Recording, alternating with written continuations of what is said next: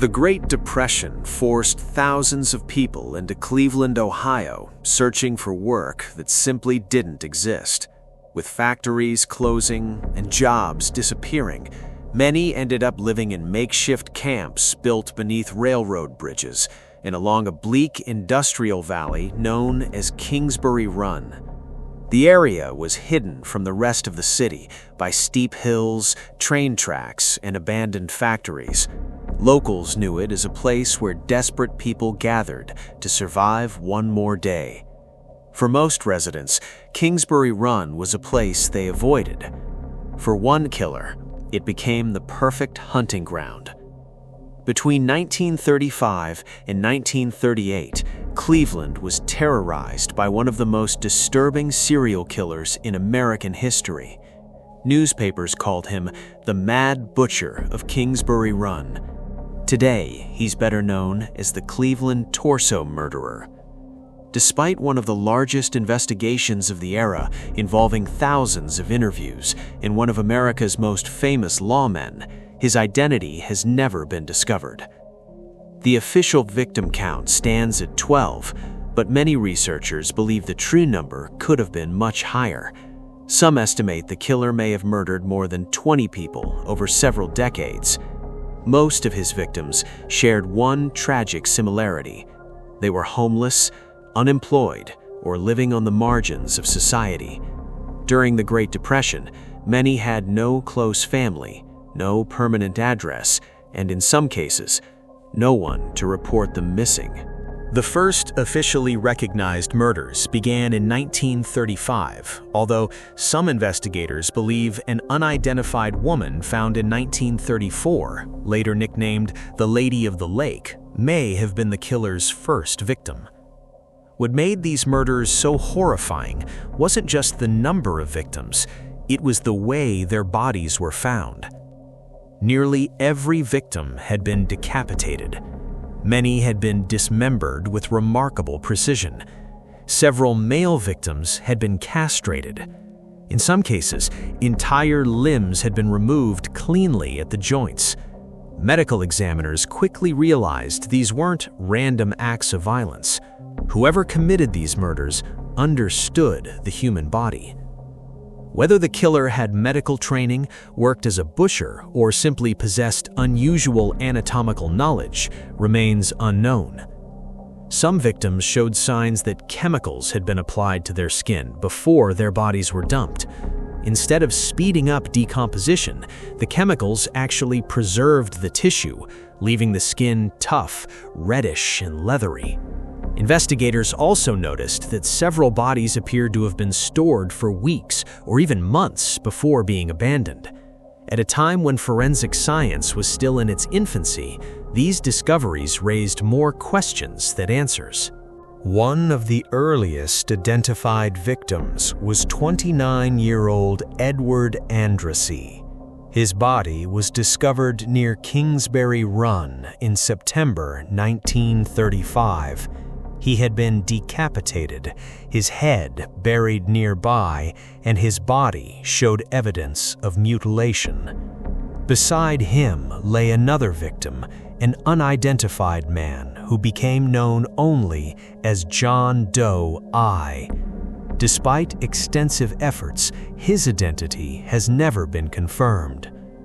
As the months passed, more victims appeared across Cleveland. Some were discovered floating in rivers, others were found in vacant lots, hidden beneath bridges, or discarded near railroad tracks.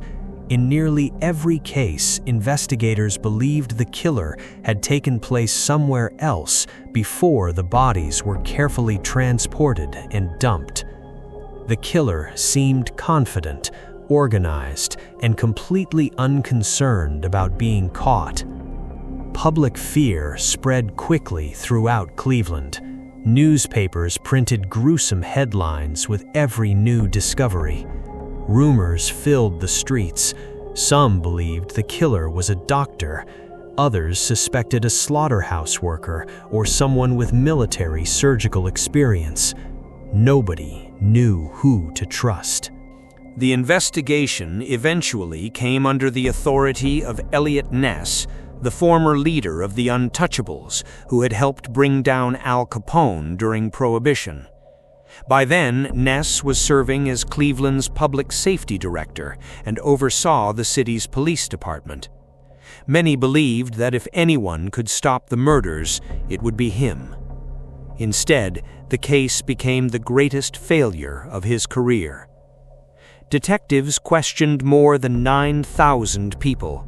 Every promising lead eventually collapsed. One of the strongest suspects was Dr. Francis Sweeney, a physician with military medical experience who struggled with alcoholism and mental illness. Sweeney voluntarily underwent polygraph examinations, and the examiner believed he was being deceptive, but polygraph tests were unreliable, and prosecutors concluded there wasn't enough evidence to charge him with the murders. He was released and never faced trial. As frustration mounted, Ness made one of the most controversial decisions of the investigation. Believing the killer might be hiding among the homeless population, police raided the Kingsbury Run shantytowns. Hundreds of people were forced to leave their homes as officers destroyed makeshift shelters and burned entire camps to the ground. Ness hoped documenting fingerprints and dispersing the transient population would either expose the killer or prevent future victims. It did neither. Just days later, another body was discovered. Perhaps the most chilling moment came when the killer appeared to mock the investigation itself. The remains of two victims were left in plain view of Cleveland City Hall, within sight of Ness's own office. Later, someone claiming to be the murderer reportedly sent taunting postcards and letters directed at Ness. Whether they truly came from the killer has never been proven, but they added another layer of fear to an already terrified city. By 1938, the murders suddenly stopped. No dramatic arrest was ever made. No confession surfaced. No body of the suspected killer was found. It was as if the Mad Butcher had simply vanished. Some investigators believe the killer died. Others thought he moved to another city and continued murdering elsewhere. Similar unsolved dismemberment cases in Pennsylvania, and even comparisons to later murders, including the Black Dahlia case, have fueled decades of speculation. However, no definitive evidence has ever connected the Cleveland torso murderer to those crimes. For decades, the victims themselves remained almost forgotten. Most were buried without names, remembered only as John Doe or Jane Doe. But modern forensic science has reopened the investigation in an unexpected way. In 2024, the Cuyahoga County Medical Examiner's Office partnered with the DNA Doe Project to exhume unidentified victims and use investigative genetic genealogy in hopes of restoring their identities. Even if the killer can never be brought to justice, giving names back to those who lost them has become the investigation's new mission. Nearly 90 years have passed since the first bodies were discovered in Kingsbury Run. The abandoned shantytowns are gone, the newspapers have faded, and nearly everyone involved in the investigation is long dead. Yet, the question remains exactly as it did in the 1930s. Who was the Mad Butcher of Kingsbury Run? Until that question is answered, the Cleveland torso murders will remain one of the darkest and most haunting unsolved mysteries in American criminal history.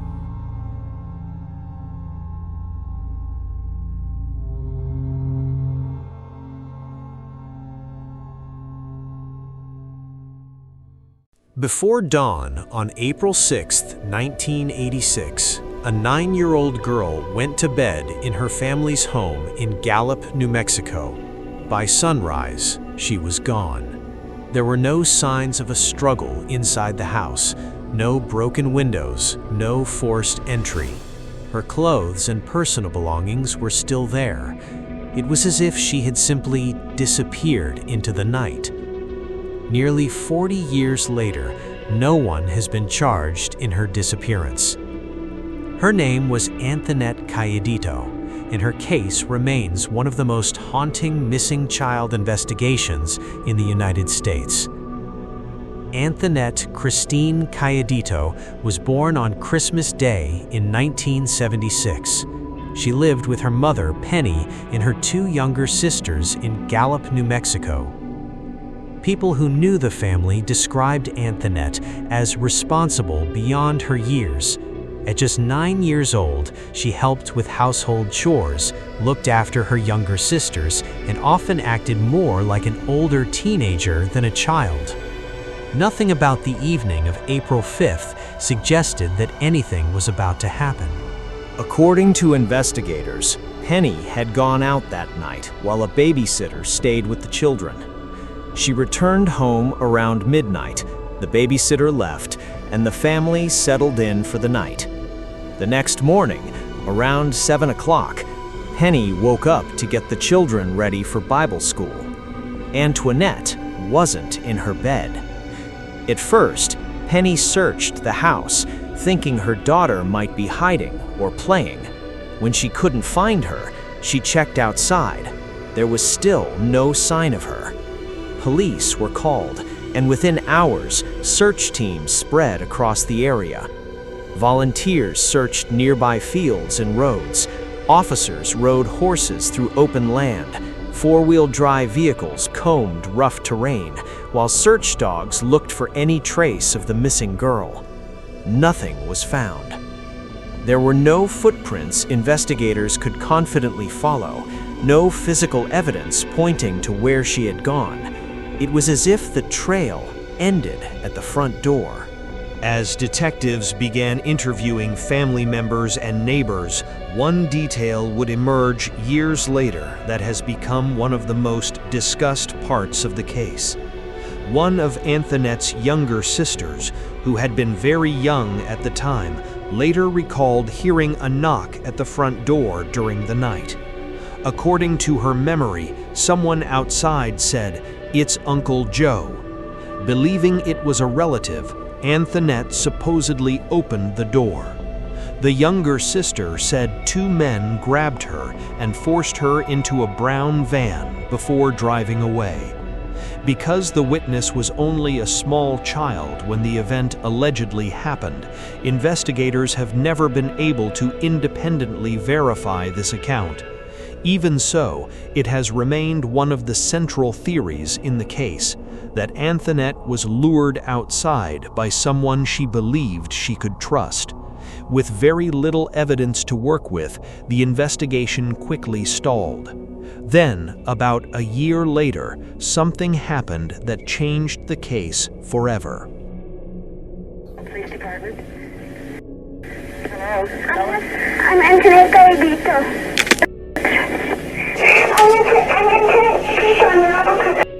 Okay, whereabouts in Albuquerque? Who said you could use a phone? Hello?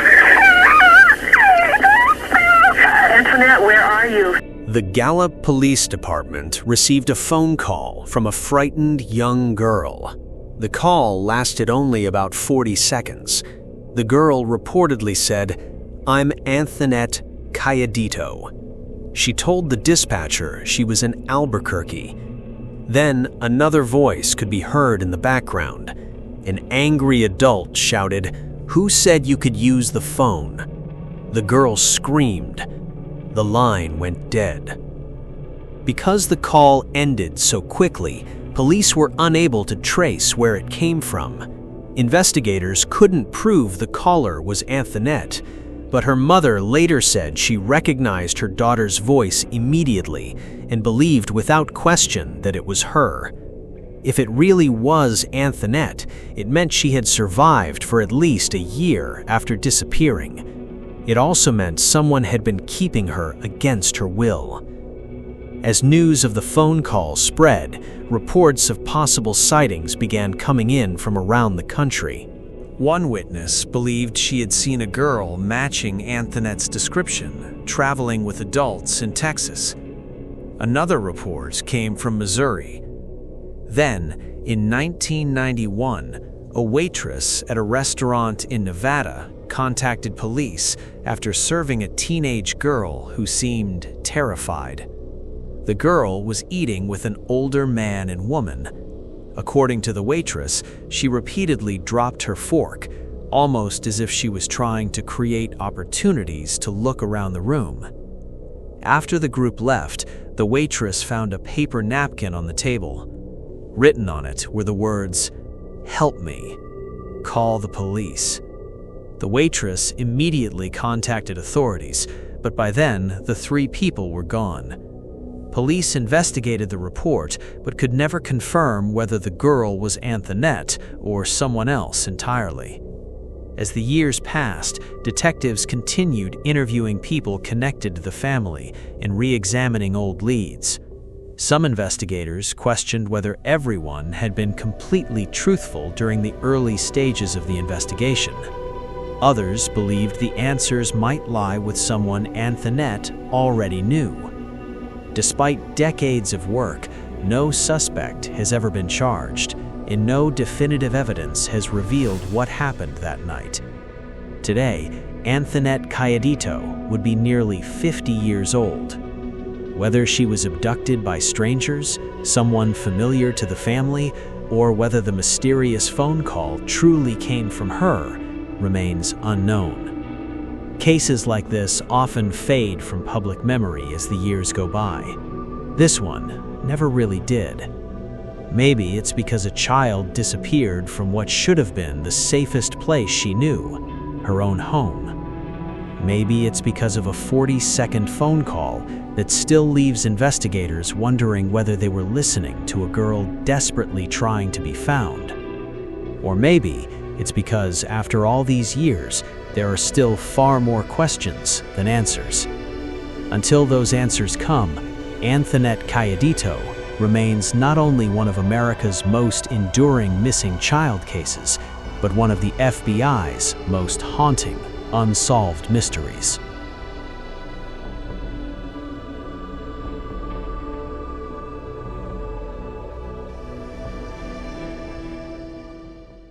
In the early hours of May 23, 1918, Joseph Maggio and his wife, Catherine, were asleep in the apartment behind the grocery store they owned on the corner of Upper Line and Magnolia Streets.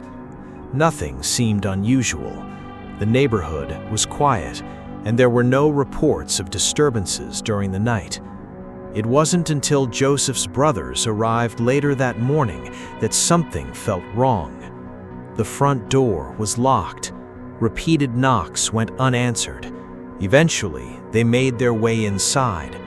The scene they found was horrifying. Joseph and Catherine had been attacked while they slept. A bloody axe lay nearby. Investigators soon determined it belonged to the family. The killer hadn't arrived carrying a weapon.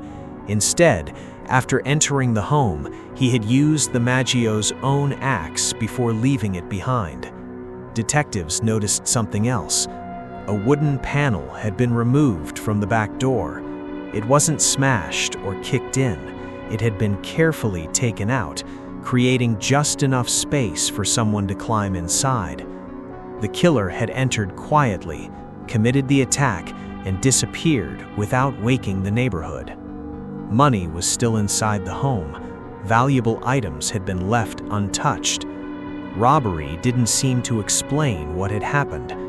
Police searched for fingerprints, interviewed neighbors, and questioned people who knew the couple, but no solid suspect emerged. At the time, investigators had no reason to believe the crime was anything more than an isolated tragedy. That assumption wouldn't last long. Less than a month later, on June 27th, another family became victims. Louis Bisumer and Harriet Lowe were asleep inside their home when someone entered during the night. Just like the Maggio case, investigators found that a panel had been removed from the rear door.